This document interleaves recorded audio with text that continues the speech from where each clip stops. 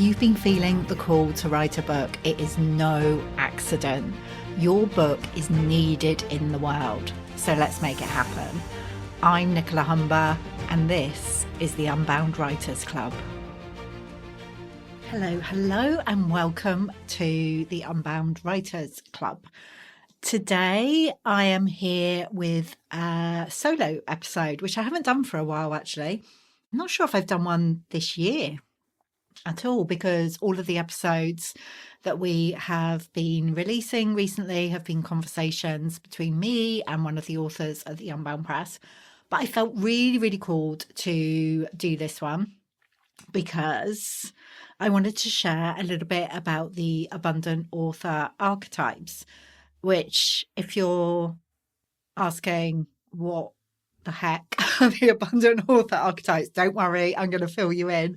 But this is a piece of the book writing puzzle that dropped in for me over the summer, just around the time of Lionsgate at the beginning of August. And it's changed the game. It has changed the game for me when it comes to holding space for the book writing journey, and also in terms of my own process. And it's also changing the game for those that I have begun to share the archetypes with. So today I want to give you a little bit of context, a bit of the backstory around how the Abundant Author Archetypes dropped in for me, and why they're so powerful, why they matter when it comes to your own book writing process, like how they can give you that extra layer of clarity that changes everything. So stick with me. Stick with me. It's interesting because this year has been the year of the Abundant Author for me. I released my latest book, The Abundant Author Playbook, in April. And, I thought really that was kind of closing the door on this part of my journey. Like, the Abundant Author Playbook was the final book in this series of books, which I guess really started with Heal You're in a Good Girl, that opened the door to the idea of the unbound self. Then Unbound took that idea further and deeper, which led to the Unbound Press and Unbound Writing, which was my third book, which is all about the how to write a transformational book, the book you feel called to write. And then the Abundant Author piece is, how to write your book and share your book in an abundant way and allow your book to be the foundation for this whole body of work that you get to create in the world. And I was like, okay, this is completing a spiral, completing a cycle. Amazing.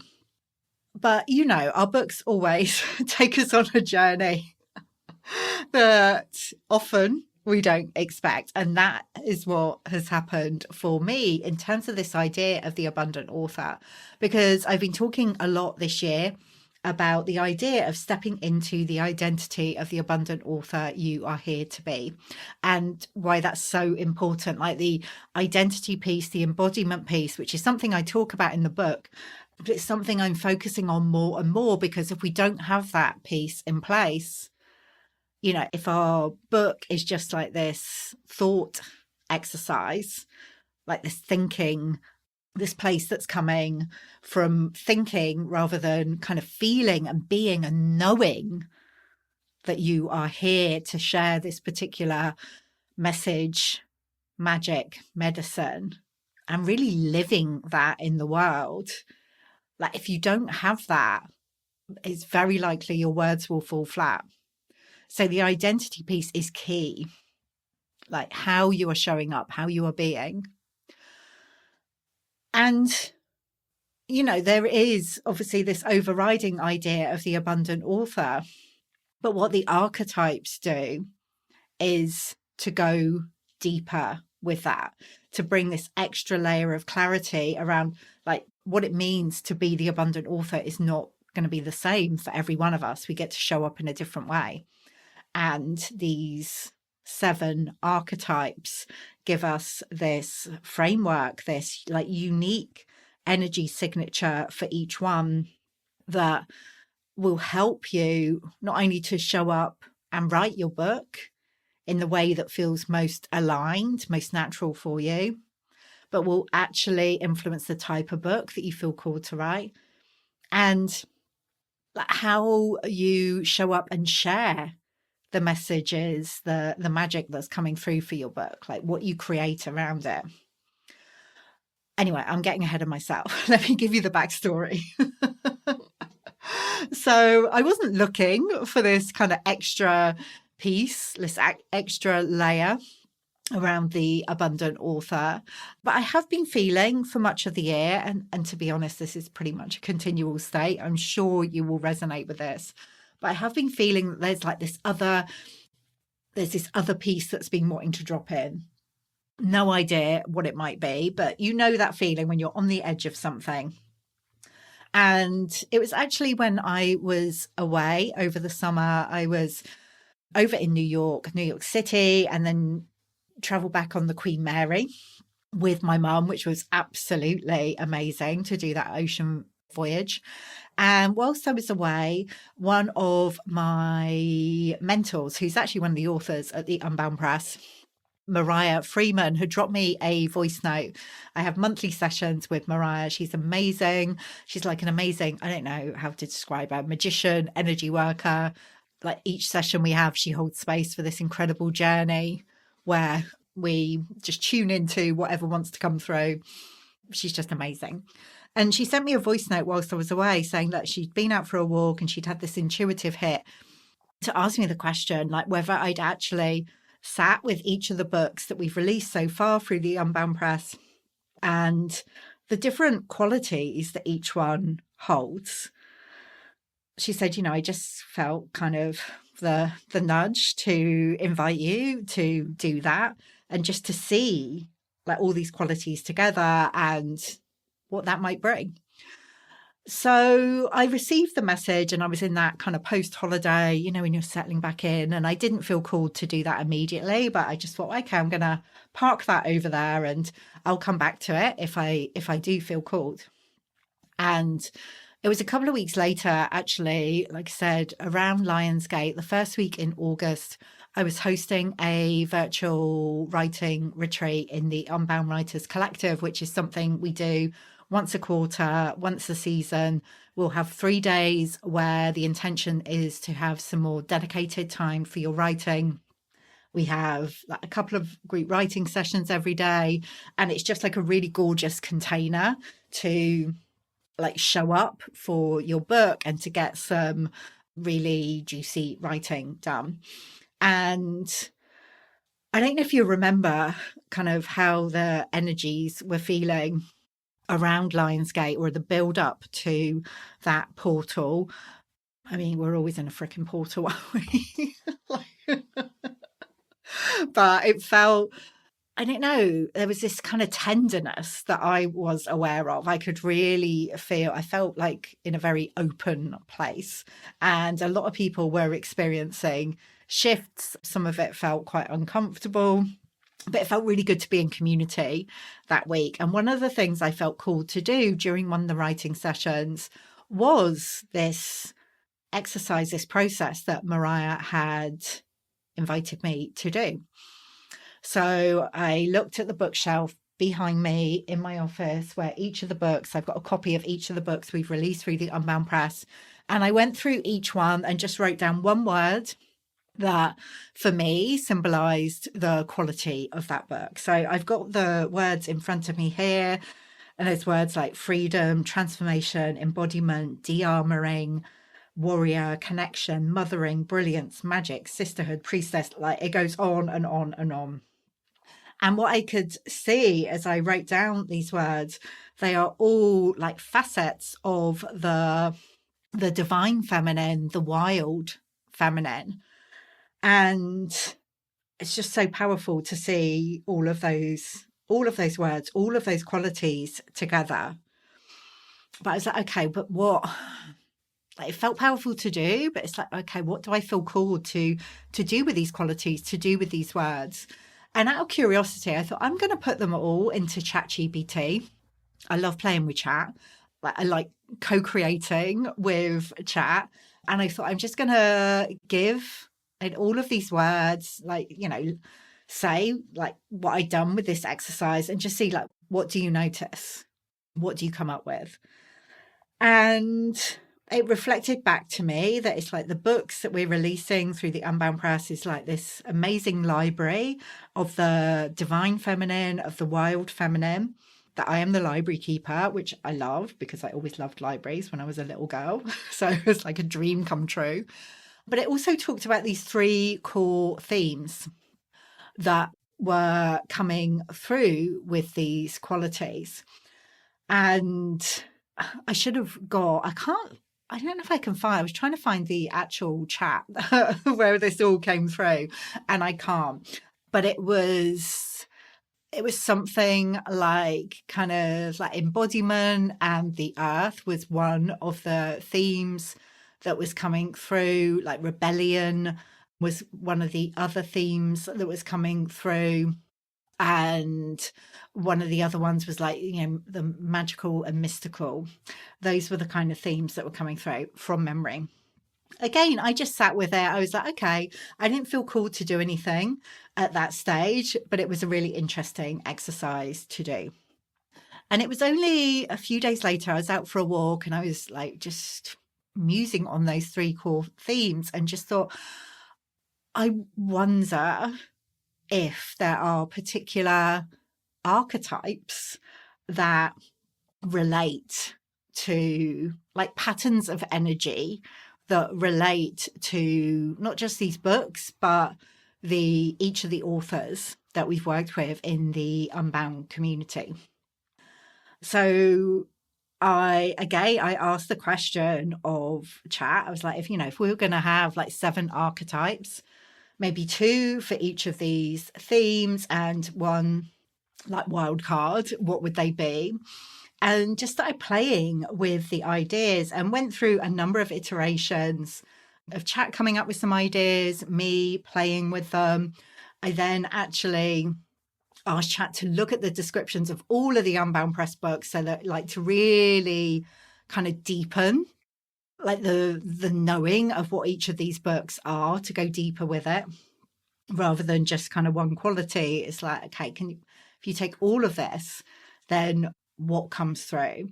And in the end, landed on these 7 core abundant author archetypes. And I'm not going to go deep into each one today. I have been sharing about them. I will be sharing about them more. But what became clear was, like I said at the beginning, like this gives us that extra layer of clarity around how to embody the identity of the abundant author you are here to be at this time. So in terms of what you write, what kind of book you write, how you write that book, what kind of shadow aspects might come up for you as the like particular flavor of abundant author you are, what visibility pathways feel most aligned for you, and what kind of embodiment practices are going to be most powerful for you. So, a lot of what I talk about is how we pick up these ideas about like who and how we should be as writers, as authors, which feel rigid to us, like constrictive. And it's like, oh, no, I don't fit. Like, this is not me.